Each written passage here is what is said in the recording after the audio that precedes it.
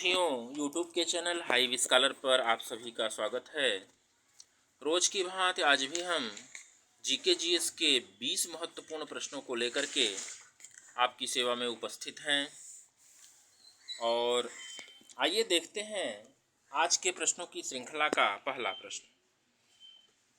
प्रश्न स्टार्ट करने से पहले हम आप लोगों से चाहेंगे कि आप लोग वीडियो को शेयर कर दीजिए।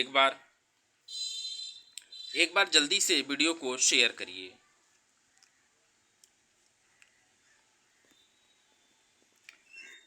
चलिए आगे बढ़ते हैं हम लोग आज के महत्वपूर्ण प्रश्नों की श्रृंखला के पहले प्रश्न की तरफ। और पहला प्रश्न है, एलोरा में स्थित कैलाश मंदिर किस शैली में बना है?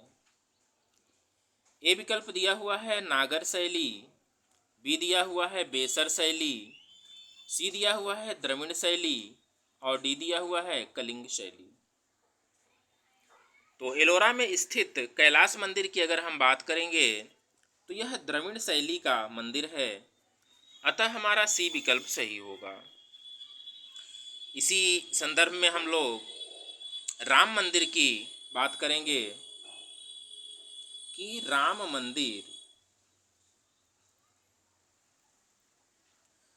मंदिर किस शैली में बना हुआ है। तो राम मंदिर की अगर हम लोग बात करेंगे तो राम मंदिर नागर शैली में बना हुआ है। नागर शैली में बना हुआ है। आइए आगे बढ़ते हैं हम लोग दूसरे प्रश्न की तरफ। और दूसरा प्रश्न हमारे स्क्रीन पर आ चुका है। उत्तर मध्य क्षेत्रीय सांस्कृतिक केंद्र का कार्यालय कहाँ है? ए दिया हुआ है प्रयागराज, बी दिया हुआ है वाराणसी, सी दिया हुआ है नागपुर और डी दिया हुआ है जयपुर। तो उत्तर मध्य क्षेत्रीय सांस्कृतिक केंद्र का जो कार्यालय है वह प्रयागराज में स्थित है, अतः हमारा ए विकल्प सही होगा। आगे हम लोग बढ़ते हैं तीसरे प्रश्न की तरफ। और तीसरा प्रश्न है, आर्य समाज के संस्थापक कौन थे? आर्य समाज के संस्थापक कौन थे? ए है स्वामी विवेकानंद, बी है स्वामी दयानंद, सी है स्वामी रामानंद और डी है इनमें से कोई नहीं। तो तीसरे प्रश्न के सही उत्तर की अगर हम लोग बात करेंगे तो आर्य समाज के संस्थापक स्वामी दयानंद सरस्वती जी थे, अतः हमारा बी विकल्प सही होगा। आगे बढ़ते हैं हम लोग चौथे प्रश्न की तरफ। और चौथा प्रश्न है, ध्वन्यावलोक किसकी रचना है? ध्वन्यावलोक किसकी रचना है? ए दिया हुआ है हर्षवर्धन, बी दिया हुआ है आनंदवर्धन, सी दिया हुआ है वेदव्यास और डी दिया हुआ है कोई नहीं। तो ध्वन्यावलोक किसकी रचना है? यह आनंदवर्धन की रचना है। आनंदवर्धन की यह रचना है, अतः हमारा बी विकल्प सही होगा। आगे हम लोग बढ़ते हैं पांचवें प्रश्न की तरफ। पांचवा प्रश्न है, गुरु गोविंद सिंह स्पोर्ट कॉलेज कहाँ स्थित है? गुरु गोविंद सिंह स्पोर्ट कॉलेज कहाँ स्थित है? ए विकल्प दिया हुआ है वाराणसी, बी दिया हुआ है प्रयागराज, सी दिया हुआ है लखनऊ और डी दिया हुआ है रांची। तो गुरु गोविंद सिंह स्पोर्ट कॉलेज की अगर हम बात करेंगे तो यह लखनऊ में स्थित है, अतः हमारा सी विकल्प सही होगा। आगे हम लोग बढ़ते हैं छठे प्रश्न की तरफ।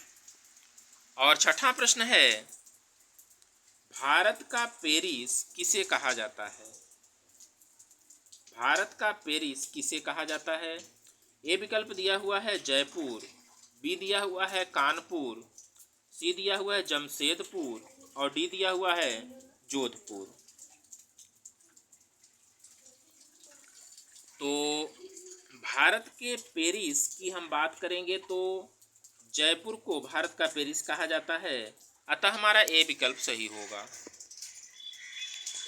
7वां प्रश्न है, गोवा की राजधानी कहाँ है? ए विकल्प दिया हुआ है शिमला, बी दिया हुआ है पणजी, सी दिया हुआ है इम्फाल और डी दिया हुआ है जयपुर।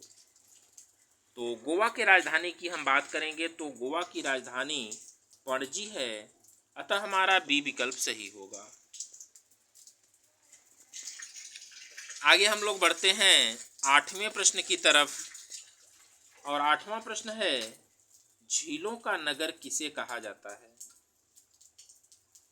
ए विकल्प दिया हुआ है जयपुर को, बी दिया हुआ है केरल को, सी दिया हुआ है मदुरै को और डी दिया हुआ है श्रीनगर को। तो झीलों का नगर श्रीनगर को कहा जाता है, अतः हमारा डी विकल्प सही होगा। आगे बढ़ते हैं हम लोग 9वें प्रश्न की तरफ। 9वां प्रश्न है, कान्हा राष्ट्रीय उद्यान कहाँ स्थित है? ए विकल्प दिया हुआ है केरल, बी दिया हुआ है कर्नाटक, सी दिया हुआ है बिहार और डी दिया हुआ है राजस्थान। तो कान्हा नेशनल पार्क, कान्हा राष्ट्रीय उद्यान की अगर हम बात करेंगे तो देखिएगा इसमें से कोई भी विकल्प सही नहीं है, थोड़ा सा मिसप्रिंटिंग हुआ है, आप लोग इसको बना लीजिएगा। कान्हा राष्ट्रीय उद्यान जो है मध्य प्रदेश में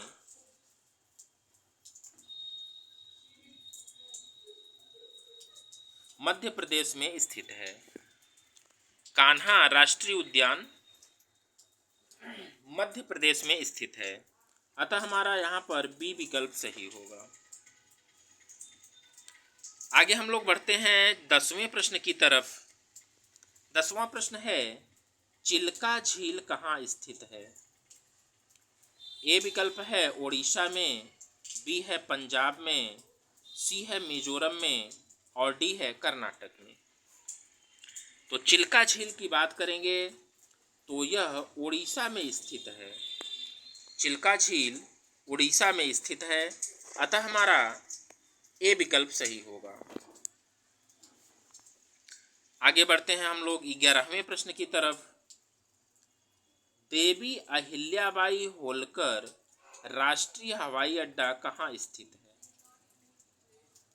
ए विकल्प दिया हुआ है बेंगलुरु में, बी दिया हुआ है गोवा में, सी दिया हुआ है इंदौर में और डी दिया हुआ है वाराणसी में। तो देवी अहिल्याबाई होलकर राष्ट्रीय हवाई अड्डा की बात हम अगर करेंगे तो यह इंदौर में स्थित है, अतः हमारा सी विकल्प सही होगा। आगे बढ़ते हैं हम लोग 12वें प्रश्न की तरफ। भारत का सर्वश्रेष्ठ प्राकृतिक बंदरगाह कौन सा है? ए विकल्प दिया हुआ है विशाखापत्तनम, बी दिया हुआ है मोरमुगाओ, सी दिया हुआ है पारादीप और डी दिया हुआ है कोच्चि। तो भारत का सर्वश्रेष्ठ प्राकृतिक बंदरगाह विशाखापत्तनम में स्थित है, अतः हमारा ए विकल्प सही होगा। आगे हम लोग बढ़ते हैं 13वें प्रश्न की तरफ। सर्वाधिक जनसंख्या वाला राज्य कौन सा है? ए विकल्प दिया हुआ है उत्तर प्रदेश, बी है मध्य प्रदेश, सी है बिहार और डी है महाराष्ट्र। तो सर्वाधिक जनसंख्या वाले राज्य की अगर हम बात करेंगे तो वह उत्तर प्रदेश है, अतः हमारा ए विकल्प सही होगा। आगे हम लोग बढ़ते हैं 14वें प्रश्न की तरफ।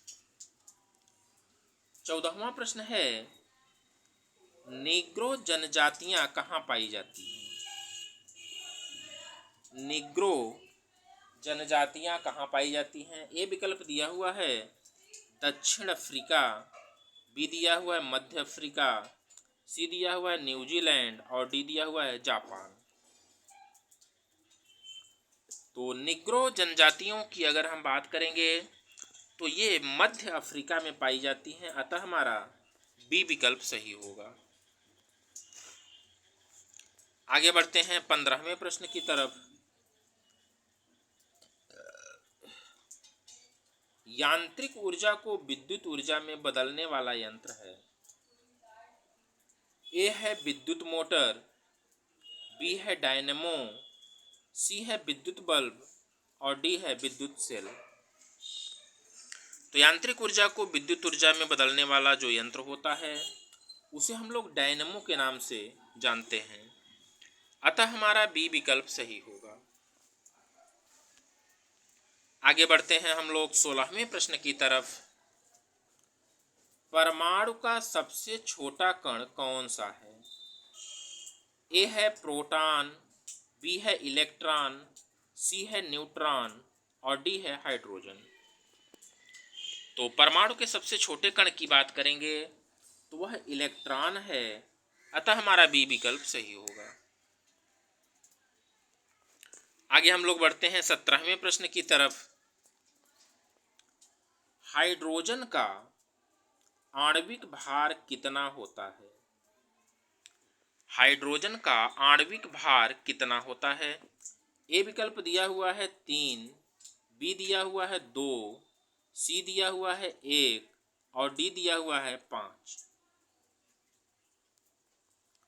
तो हाइड्रोजन का आणविक भार जो होता है वह 1 होता है, अतः हमारा सी विकल्प सही होगा। आगे हम लोग बढ़ते हैं 18वें प्रश्न की तरफ। जल में घुलनशील गैस कौन सी है? जल में घुलनशील गैस कौन सी है? ए है CO, बी है O2, सी है N2 और डी है CO2।